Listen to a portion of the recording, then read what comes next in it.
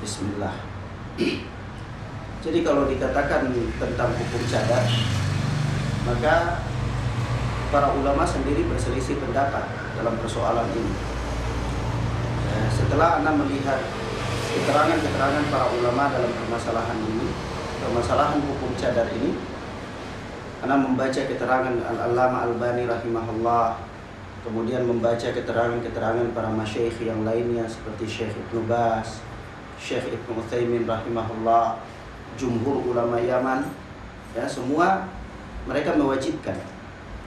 Adapun yang menyelisihi mereka di zaman ini, ya Syekh Albani rahimahullah ta'ala. Setelah Anda membaca keterangan-keterangan dari pendapat dari kedua belah pihak para ulama ini, dan Anda melakukan perenungan yang lama terhadap keterangan-keterangan yang disampaikan, maka Anda sendiri lebih meyakini secara nas, Anda lebih meyakini kuatnya pendapat Al-Allama Albani rahimahullah yang mengatakan bahwasanya cadar itu tidak wajib. Ya. Ini secara nas. Namun kalau ditinjau dari sisi kaidah-kaidah fikih, maka pendapat-pendapat para ulama yang mengatakan wajib, ini pendapat mereka kuat dari sisi kaidah fikih. Adapun dari sisi nas, maka Al-Allama Albani rahimahullah lebih kuat.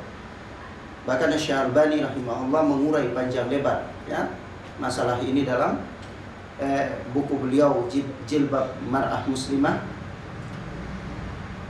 Sehingga kalau ditanyakan kepada anak apa hukum cadar, anak sendiri kalau melihat dari nas, anak lebih menguatkan pendapatnya Syekh Albani rahimahullah, yaitu tidak wajib.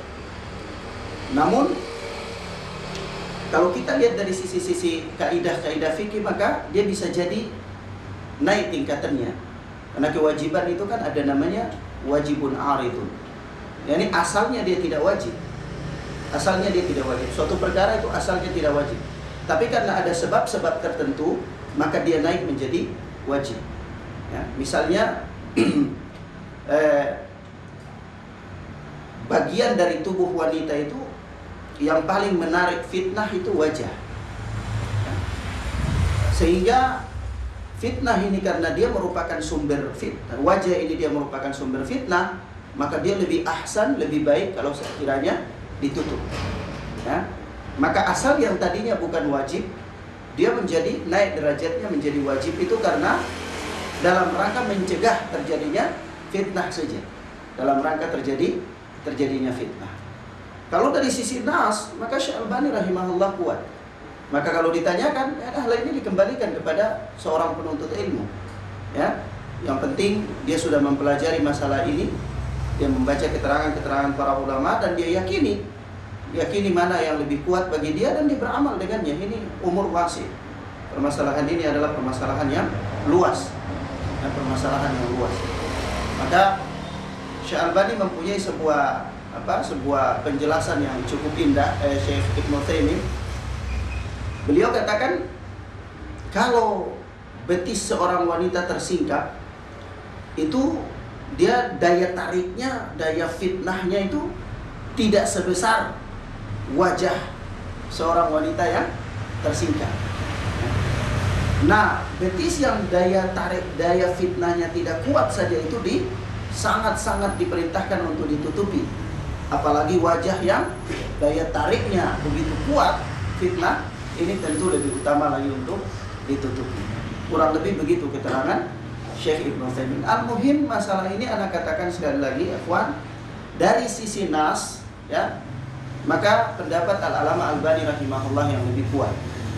Ya, namun dari sisi kaidah-kaidah fikih, ya, saddu ad-dari'ah, menutup jalan-jalan untuk menuju kepada kemungkaran, ya, maka ini, ya, pendapat-pendapat para ulama yang mewajibkan menutup wajah, ini pendapat mereka lebih kuat dari sisi kaidah fikih. Ya. Nah, misalnya apa antum? Seorang itu dilarang kencing di air yang tergenang. Kata Rasulullah di situ, la yabulanna ahadukum fil ma'id da'im la yajri. Janganlah salah seorang di antara kalian kencing di air yang tergenang, tidak mengalir. Ini kalau jumlah airnya banyak, Kan kencingi satu orang kencing di air yang tergenang itu tidak bisa merubah air ini. Dia tidak bisa berubah menjadi najis kalau sekiranya volume air itu banyak. Tapi para ulama dalam rangka menjaga terjadinya kemudaratan yang lebih besar, mereka mengatakan larangan ini bersifat haram. Kenapa? Untuk saddu ad-dari'ah, menutup jalan-jalan menuju kemungkaran. Kalau sekiranya hal ini tidak diharamkan, niscaya orang-orang akan bermudah-mudah. Bisa jadi satu kampung datang kencing di situ dan air itu akhirnya tercemar. Jadi ini dari sisi apa? Kaidah. Begitulah sama dengan hukum menggunakan cadar, ya. Nah, anak kira demikian. Wallahu a'lam bishawab.